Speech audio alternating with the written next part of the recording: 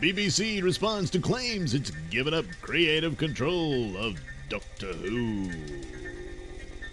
Did they? And have they responded to this claim? Huh? Well, let's read. By the way, this comes from the digitalfix.com. I don't know if they fix anything, but... Oh, that fix.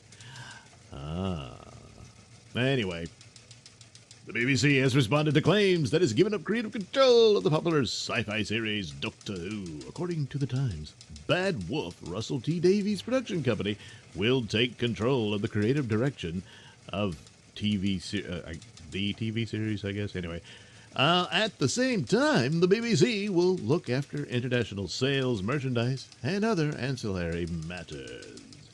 A spokesperson for BBC Studios via the Radio Times has since responded to these allegations, downplaying the rumors that the BBC has somehow lost control of Doctor Who. We're incredibly excited about the future of Doctor Who, it said. That's their pronouns, you know. It.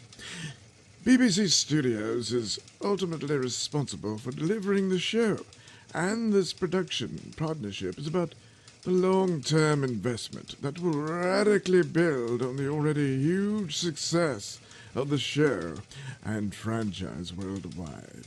Yes, quite.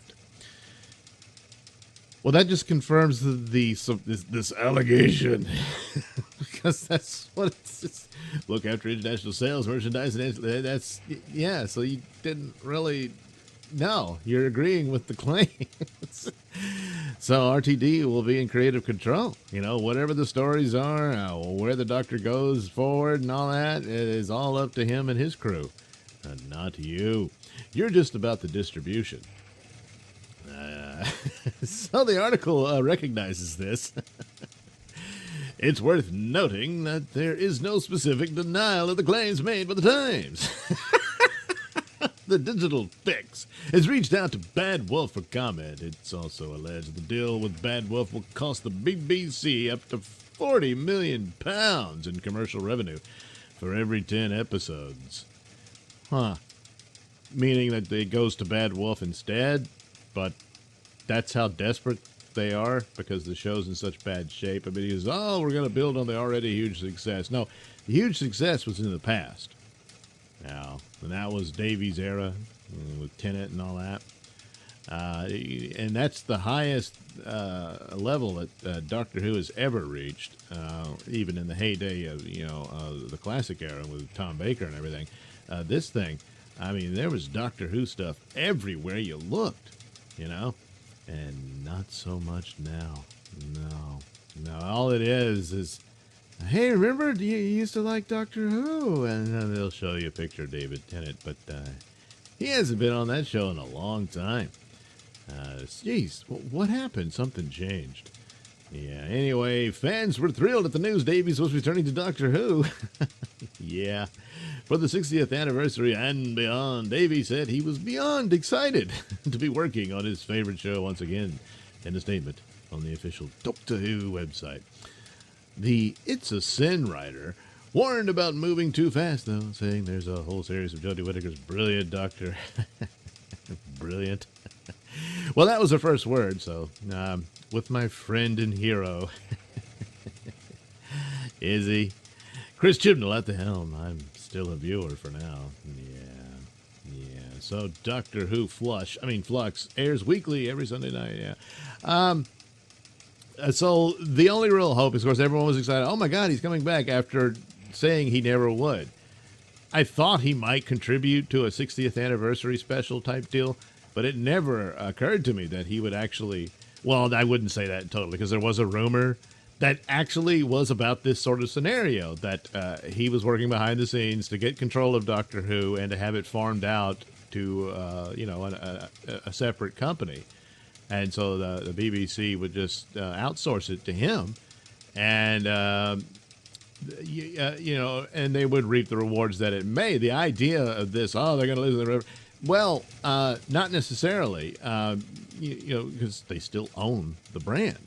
It's just the deal with getting him back. And that's what it would take. Because, I mean, him saying all along that he was like, yeah, I'm not going back to Doctor Who. I've done all I could. I think that's it. And, you need to walk away. Otherwise, you stay until it gets stale, or something like that, And it's understandable. But seeing it's become, it just had to have been breaking his heart. He'll never say that publicly. You just don't do that, But that's the hope of what the deal is, and that he can seize control of it and right the ship and restore it to its former glory. And so that's the position that BBC put itself in with this. Because, Chibnall deserves a lot of blame because, I mean, even though it was he was a yes man for the BBC and this is the direction they wanted and all that sort of stuff,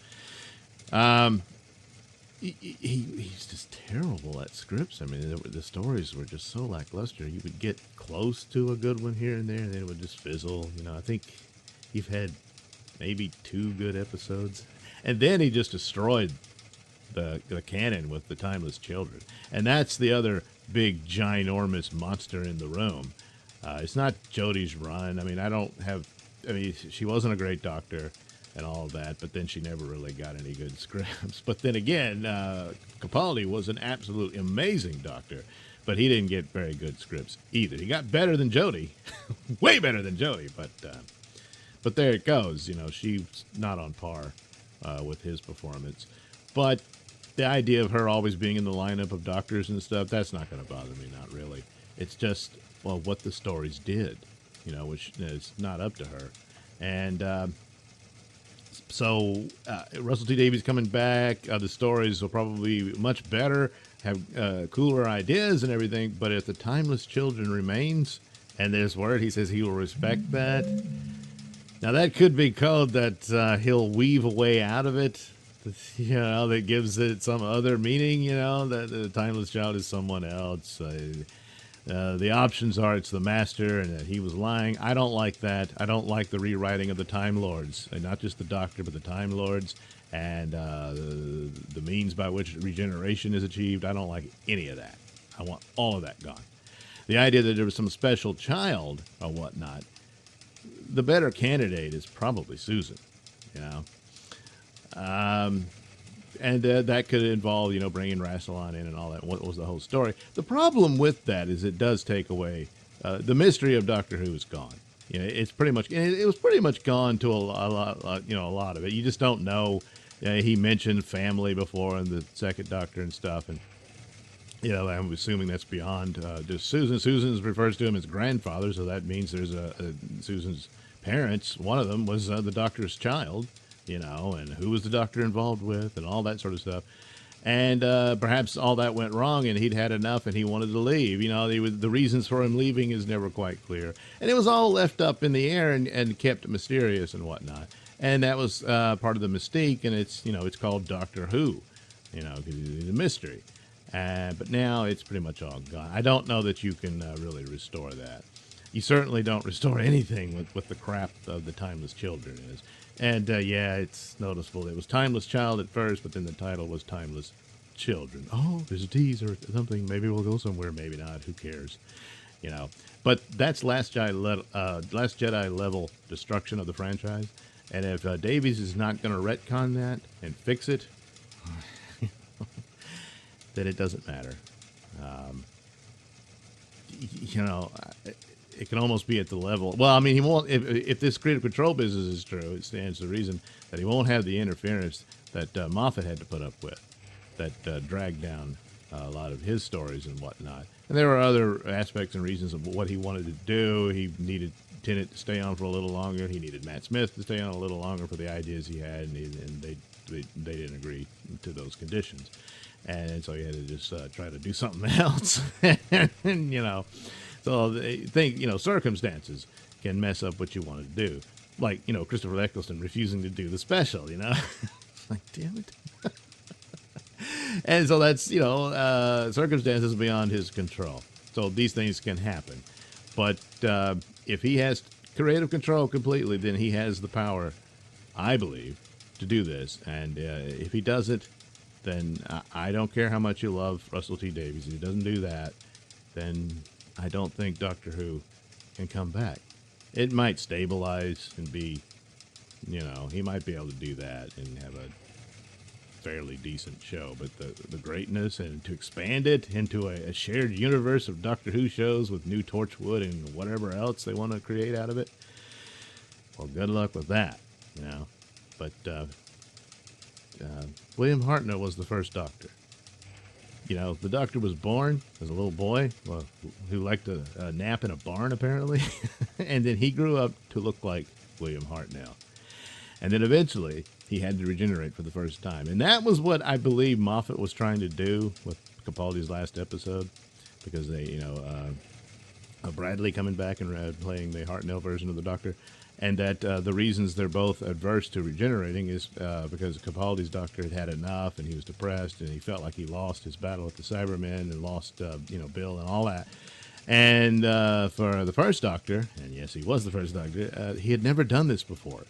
And it was frightening to him to actually, change into someone else. And he was not so cool with that. And that was the point of the story. And I think it was an attempt to establish that there were no other Doctors. It was just him, and then it begins with him, and you go on to other Doctors. And that's for the best. But, of course, Chibnall comes in. Oh, well, they erased his memory. Yeah, pretty lazy and stupid. And then there's the whole thing with Joe Martin, who would only possibly work as a future Doctor. And so then it would be that, she's Jodie's successor, which, narratively would be better. And the idea that if they don't do that, and then she's just stuck there as nothing more than a token, that's absolutely awful. So he's painted quite a few, the whole franchise into quite a few corners here. So it's a mess to deal with. But first and foremost, Timeless Children, that's got to be fixed. It's not just enough that Russell T Davies is just a better writer than Chibnall. That won't be enough. There's a lot of radioactive fallout around Doctor Who now, and he's got a lot of work to clean up. So anyway, the hopeful sign there, though, is that yes, he does have creative control of Doctor Who, because this supposed response doesn't do anything to knock that down. So it appears that he's in charge after Chibnall is done. Thanks for watching and listening. Say, while you're still here, why not like and subscribe and share with your many friends? Yes. Also, check out my mini stores in the link description below. Yes, where you can get t-shirts, hats, mugs, all those goodies with my artwork on them. Oh, yeah. And head over to indieplanet.com and pick up a copy of my comic book, Night Night. Oh, yeah. You can also catch me at my podcast, Mr Nailsin Show, on RadioMisfits.com. And you can also watch my videos on BitChute.com and now on Rumble.com. Oh, my goodness. So many places to watch me and my stuff. Oh, yeah. And if that's not enough for you, well, you can follow me on many social media platforms and say hi to your old pal, Mr. Nailsin.